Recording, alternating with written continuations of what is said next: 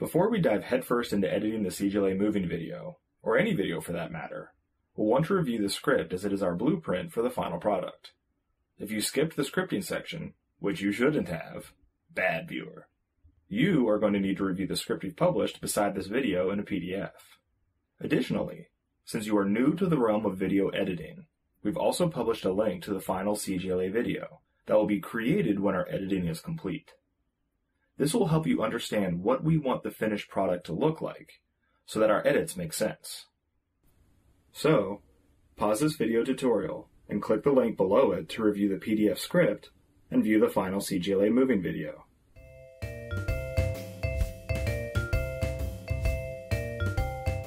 Okay, now that we know what we are working toward, we're going to start the process of reviewing our footage to get from what we have to what we want.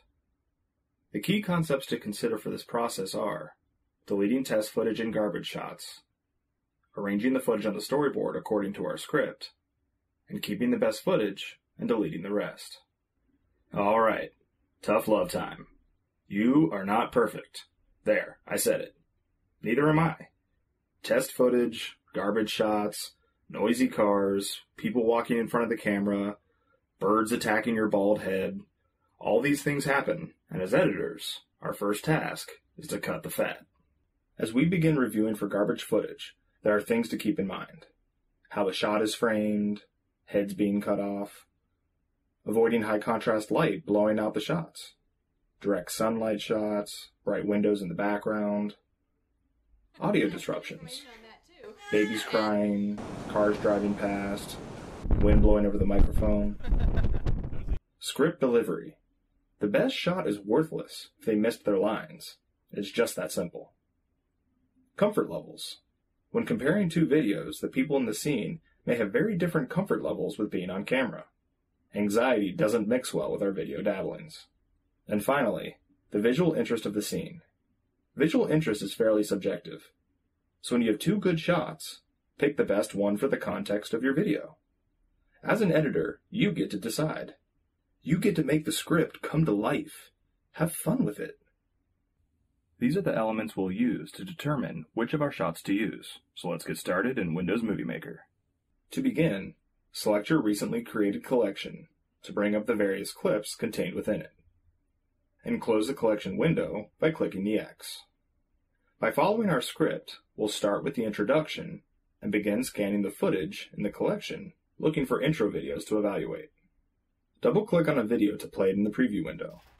You can grab the side of the preview window and drag it to make it larger or smaller. When you are filming by yourself, there are going to be a number of shots where you are simply adjusting the camera so that you are framed up properly and your head is not chopped off. When you come across these videos, simply select them and hit the delete key on your keyboard. If you prefer, you can right-click and select delete. But we'll hit the delete key to save time. When you delete a file from your Windows Movie Maker collection, you aren't deleting the file from your computer. You're only removing it from your collection. You can always re-import a file back into your collection should you decide to use it later. This video looks good. Hi, I'm Maggie Devaney, Director of Operations at Cabrini Green Legal Aid, and we're here in our soon-to-be former office because today is moving day. The next one chopped off her head again, so we'll delete it. After that, this one looks good as well, so we'll keep both of these in our collection for now. Normally we would watch the entire video, but for the sake of time, we'll just show you the editing process. Moving on, this one looks too similar to the previous video where she looked more comfortable on camera, so we'll delete it as well. Continuing to scan for more intro videos, here are two. But we are adjusting the camera, so we'll delete each one. Let's try this. Might work, huh? The next video looks nice as it has a different background from the other two intro videos we've kept thus far, so we'll keep it. The next few videos are more camera adjustments, followed by one more good take that looks a little frustrated from adjusting the camera 4 times. It's definitely not better than our other top 3 picks, so we'll delete this whole section. We are now done sorting the intro videos, but it's important to understand why we deleted each shot as we reviewed the videos. We looked at how the shot was framed, Is the person's head cut off, or are they centered nicely within the scene? When people are delivering their lines, we looked at their comfort levels. When it takes 4 attempts to set up the camera, you're going to be a little frustrated, and that'll come through in the shot. And finally, the visual appeal of the scene. When editing later, it's nice to have a few different backgrounds to choose from, so we have a few options.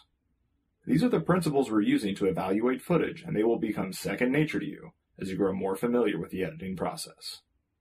So now that the introduction is taken care of, the next section of our script is supporting footage, aka B-roll, and the first shot is outside of the old office. Once again, begin scanning for the shots taken for this section, which appear to be here. Since we didn't have to fiddle with lining up the camera, we'll only have 3 shots to choose from.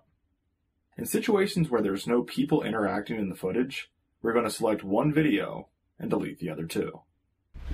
Let's review the first option, which is good, but let's hold our decision until we see the other 2. The parked cars look static and boring. The last one has a good mix of traffic. It has moving cars, bicyclists, and people walking. So we'll delete the first 2 and keep the good one in the collection. We have now finished reviewing the videos for the introduction section of our script. And while we will not cover every part of the script in this video, the next video is part 2, and we'll continue to evaluate each key point to show the editing process in its entirety.